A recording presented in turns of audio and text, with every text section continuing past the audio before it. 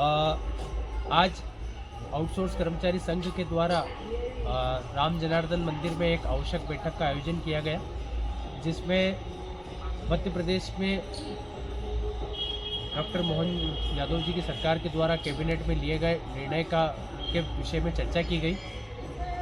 Cabinet में निर्णय लिया गया था कि अब मध्य प्रदेश में 3 कैडर काम करेंगे। एक नियमित कर्मचारियों का कैडर, दूसरा संविदा कर्मचारियों का कैडर, तीसरा आउटसोर्स कर्मचारियों का कैडर। चूँकि इस निर्णय के तत्पश्चात कुछ ही दिनों बाद वित्त विभाग के द्वारा एक आदेश जारी किया जाता है, जिसमें यह कहा जाता है कि अब चरणबद्ध तरीके से आउटसोर्स कर्मचारियों की सेवाओं को समाप्त करने की डेडलाइन दी गई है, जिसपे मार्च 2027 की डेडलाइन दी गई है। तो उससे आउटसोर्स कर्मचारी क्या समझे, क्योंकि पूरे प्रदेश में लगभग 3.5 से 4 लाख आउटसोर्स कर्मचारी काम करते हैं। शासन के सभी सेक्टर्स में आउटसोर्स कर्मचारी कार्य करते हैं। आज शासन की रीढ़ की हड्डी आउटसोर्स कर्मचारी बने हुए हैं। कुछ दिन पहले कुछ सालों पहले कोरोना काल में एक बहुत बड़ा योगदान आउटसोर्स कर्मचारियों को रहा। उसके बाद चुनाव की जो निर्वाचन की ड्यूटियां रहती है, उसमें भी आउटसोर्स कर्मचारी अपनी महत्वपूर्ण भूमिका निभाते हैं। और अभी SIR जैसे कार्य में आउटसोर्स कर्मचारियों के द्वारा एक महत्वपूर्ण योगदान शासन के उपक्रमों में दिया जा रहा है। और उसके बाद भी अगर इस प्रकार से आउटसोर्स कर्मचारियों को विभागों से निकाल दिया जाएगा तो उनके पास में कोई रोजगार नहीं बचेगा, क्योंकि हमारे मुख्यमंत्री डॉक्टर मोहन यादव जी बहुत ही कर्मचारियों के और श्रमिकों के हितैषी हैं। हर एक उन्होंने निर्णय कर्मचारियों के और श्रमिकों के हित में लिए। उसी तो हमारा आपके चैनल के माध्यम से और ये आप सभी के माध्यम से हमारा निवेदन है, क्योंकि अगर जो आउटसोर्स कर्मचारी विभागों में काम कर रहे हैं उनको 10-10, 15-15 साल विभागों में काम करते करते हो गए। अगर ऐसे में उन आउटसोर्स कर्मचारियों का रोजगार अगर छिन जाता है तो वो और उनका परिवार कहाँ जाएंगे। आप इन कर्मचारियों को 3.5 लाख ना समझें। इन 3.5 लाख कर्मचारियों के कई लाखों वोट जो उनके परिवार के रूप में आते हैं, वो उनके माता पिता, उनकी पत्नियां, उनकी बहनें, वो सब शासन को, सरकार को बनाने का काम करते हैं।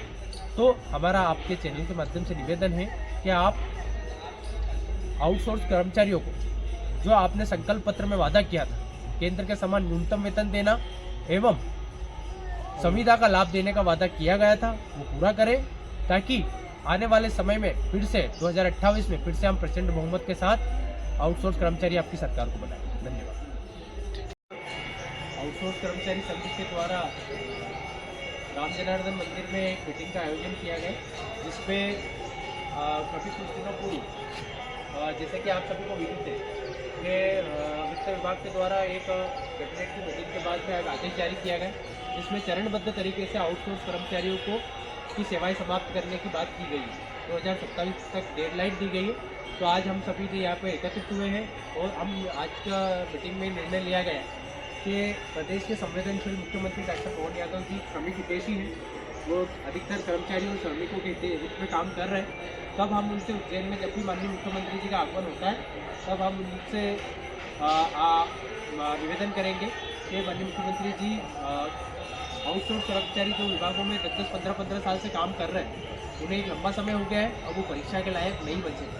अगर उन्हें बोनस अंक देकर भी परीक्षा अगर करवाई जाती है तब भी वो परीक्षा के लायक नहीं है। हमारा निवेदन ये है कि जिस प्रकार से संकल्प पत्र में विधानसभा चुनाव के दौरान मोदी जी के संकल्प पत्र में वादा किया गया था पेज नंबर 81 पर, उसे सरकार पूरा करने का कार्य करे, जिसमें वादा किया गया था कि कर्मचारियों को केंद्र के समान न्यूनतम वेतन दिया जाएगा और संविदा का लाभ दिया जाएगा। तो हमारा एक्चुअली कर्मचारियों का भारतीय मजदूर संघ, मध्य प्रदेश राज्य कर्मचारी संघ और जितने भी हमारे कर्मचारियों के ऐसे संगठन, उनके माध्यम से भी मैं सरकार से यही मांग करना चाहूँगा कि सरकार संकल्प पत्र को पूरा करे, जिससे कि हम कर्मचारियों का शोषण खत्म हो सके। मैं आप सभी को अवगत कराना चाहूँगा, आज हमारे संघ में हमारे साथ में भारतीय मजदूर संघ से हमारे वरिष्ठ पदाधिकारी भी हमारे बीच में उपस्थित हुए हैं। आप हम सभी का मत करिए। आदरणीय भाई साहब राजेंद्र बालकर। हाँ, बताया कि भाजपा के संकल्प पत्र में उनको नियमित करने का या केंद्र के समान वेतन देने का जो वादा किया गया है, तो हम हमारे यशस्वी मुख्यमंत्री जी और संवेदनशील मुख्यमंत्री जी से उसमें इस बारे में संगठन की ओर से आग्रह करेंगे।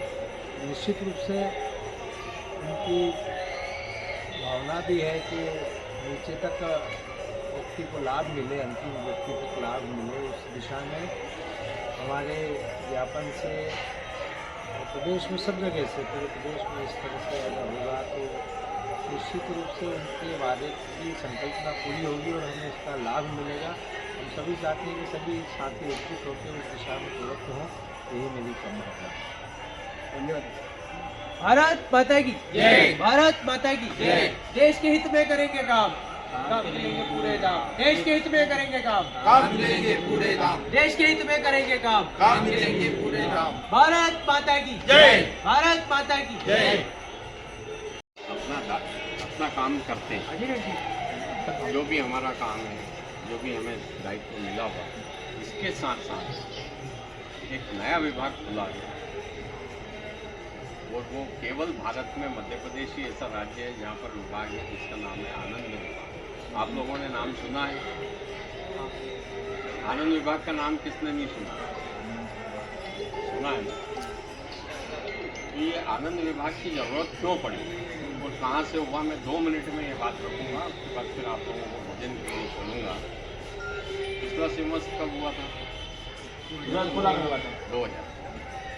2016 में। आप लोगों को, आप थे कब? सब गए थे, सिमस्त में गए थे। मैं ऐसा तो नहीं जो बाहर से आया हुआ है। सिमस्त के दौरान यहाँ पे निनोरा करके एक जगह है, सुना है नाम? वहाँ पर एक विचार कुंभ हुआ, उसमें माननीय प्रधानमंत्री जी भी आए, नरेंद्र मोदी। उस समय ये निकल के आया कि भाई विकास तो हो ही रहा है, सड़क बन रही है, 20 सालों में, पिछले 20 साल में आज की स्थिति में विकास तो हो ही रहा है, फिर भी लोगों के बीच संबंधों में कड़वाहट क्यों बढ़ रही है? कहीं न कहीं उनके आनंद में कमी क्यों आ रही है? तो ये निर्णय हुआ 2016 में कि एक नया विभाग बनाया जाए जिसका नाम रहेगा आनंद विभाग। अब आनंद विभाग तो बन गया, अब उसमें आउटसोर्स कर्मचारी काम करेंगे। कि भैया ऐसा नाम क्या है, गुलशन भाई को बोलेंगे कि आपको 4 लोगों को आनंदित करना है, कर पाएंगे क्यों? क्योंकि उनके अंदर ये खुद ही परेशान है। तो इसलिए ये तय हुआ कि अपना टाइम, अपना टिफिन और अपना टिकट। अभी जैसे हम मीटिंग में आए थे, दीदी हमारे साथ, रंजना दीदी है, हम अपने अपने टिफिन ले आए, बैठ के बात करिए, एक परिवार भाव में। तो इस प्रकार से राज्य आनंद संस्थान का गठन हुआ है। तो राज्य आनंद संस्थान में बहुत सारे, अभी कम से कम 1.5 लाख से ऊपर ऐसे लोग हैं जो अपने कोई प्रतिफल नहीं है कि हमको कुछ मिल जाए, लेकिन वो राज्य आनंद संस्थान से जुड़ के स्वयं भी आनंदित हो रहे हैं और समाज में भी आनंद का 2016 में, अगस्त में 2016 में इसका गठन हुआ था और अभी ये निरंतर चल रहा है। और हमारे यशस्वी मुख्यमंत्री माननीय मोहन जी यादव का ये विशेष निर्देश है कि अगला सिमस्त कब आएगा? 2028 तक। तब तक प्रत्येक कर्मचारी को राज्य आनंद संस्थान की एक अल्प विराम कार्यक्रम है, उससे जोड़ना है और उसके लिए निरंतर यहाँ पे वर्कशॉप चल रहा है, PTS। तो आप लोगों का भी नंबर आएगा ही, सभी लोगों का। और ऐसा जरूरी नहीं है कि शासकीय कर्मचारी से आनंद तो सबको चाहिए, खाली कर्मचारी को थोड़ी चाहिए। भाई घर में रोटी बनाने वाली महिला को भी आनंद चाहिए, किसान को भी आनंद चाहिए, हर आदमी सुखी होना चाहता है। तो हर आदमी के लिए ये वर्कशॉप चल रहे हैं यहाँ पर। और अगली सिमस्त में जब हम लोग अपनी सेवाएं देंगे तो उसी उत्साह से देंगे। इसी परिप्रेक्ष्य में ये ट्रेनिंग चल रही है 3-3 दिन की, और शीघ्र ही आप लोगों का भी नंबर आएगा।